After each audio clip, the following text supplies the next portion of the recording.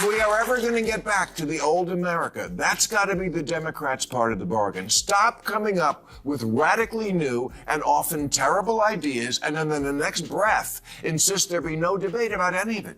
That if you don't see it right away and go along, you're bad, stupid, and deplorable. As if you were saying, duh, 2 + 2 = 5. Isn't that obvious? Yeah, it's obvious you can't add. Looting is cool. Healthy at any weight? If the men's football team played the women's team, it would be a tie. Bill Maher says he believes he understands why the Democrats have been losing ground. During a recent live appearance, the sharp-tongued host laid out what he sees as the core reasons behind the party's declining popularity across the country. With 2028 drawing closer and another major election cycle on the horizon, Maher sounded a clear warning. If the Democratic National Committee doesn't rethink its aging strategy, it risks facing yet another serious setback. According to him, relying on the same familiar messaging and recycled talking points could amount to a political dead end. If you're ready for a deeper breakdown of his argument, hit subscribe, buckle up, and let's get into it. I don't think most liberals are insane, but neither do they make it clear they disapprove of the ones who are, and their cowardice in not marginalizing their own crazies has been their downfall. I couldn't get Neil deGrasse Tyson, a genius scientist and preeminent scientific voice in the media, to agree that it was ridiculous for Scientific American and The Atlantic to be claiming that separating sports by sex doesn't make sense. Yes, it does. Actually, it makes perfect sense.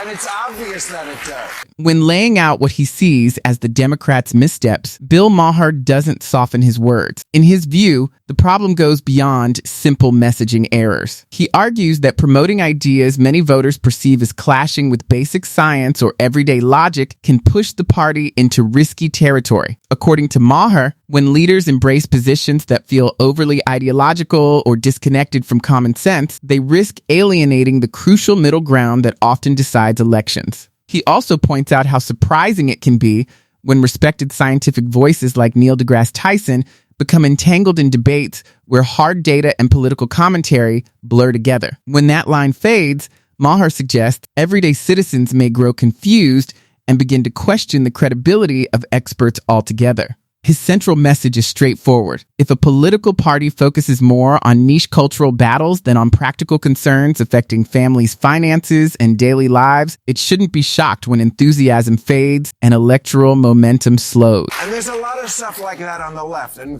when conservatives see it, they say, I'm sorry, we're just not going to go along with reinventing society, often pointlessly, even if we have to cancel democracy to do it. That's what they're saying. They see gender as only a construct and sex is assigned at birth, and they say, we're not doing that. Transing kids by self-diagnosis with no age limit, no parental notification, and no acknowledgement of social contagion, not doing it. Asylum now covers any reason for anyone to come to America, not doing it. Bill Maher pushes his critique even further by singling out specific ideas he believes are shrinking the Democrats' wider appeal. He argues that when leaders appear to question long-accepted historical accounts or scientific understandings, many everyday voters grow uneasy. In his view, political language that suddenly redefines complex topics such as gender or social identity can spark division instead of building shared understanding. Maher also highlights the intense debates surrounding youth gender issues, where questions about consent, parental involvement, and medical choices have become major cultural flashpoints. To him, these controversies aren't isolated. They shape how the broader public sees the party when such debates move from activist spaces into the political mainstream. Maher warns that leaning too heavily into highly polarizing cultural battles could distance moderate voters, including those who might otherwise agree with Democrats on economic policy or governance, ultimately slowing the party's momentum at the ballot box. Homelessness is a lifestyle. Natural immunity doesn't count anymore. Whiteness is toxic. Is in women's prisons, welcoming the Intifada. We're not doing it. If we are ever going to get back to the old America, that's got to be the Democrats' part of the bargain. Stop coming up with radically new and often terrible ideas, and then in the next breath, insist there be no debate about anything. In the end, Bill Maher delivers a blunt challenge. He argues that Democrats need to rethink their overall approach, loosen rigid positions, and return to real, unscripted dialogue. In his view, winning political power isn't about issuing demands or shutting down debate. It's about letting ideas compete in the open, testing them, defending them, and refining them when necessary. Maher contends that the party is increasingly perceived as resistant to dissent, where some perspectives are welcomed while others are labeled or pushed aside. That dynamic, he warns, creates an echo chamber that may energize loyal supporters, but risks pushing away independents and undecided voters. His advice is straightforward. Confront critics directly instead of avoiding them. Rebuilding trust and momentum, he suggests, requires honesty, transparency, and the courage to have tough conversations without fear, disagreeing openly but fairly about the path forward. That if you don't see it right away and go along, you're bad, stupid, and deplorable.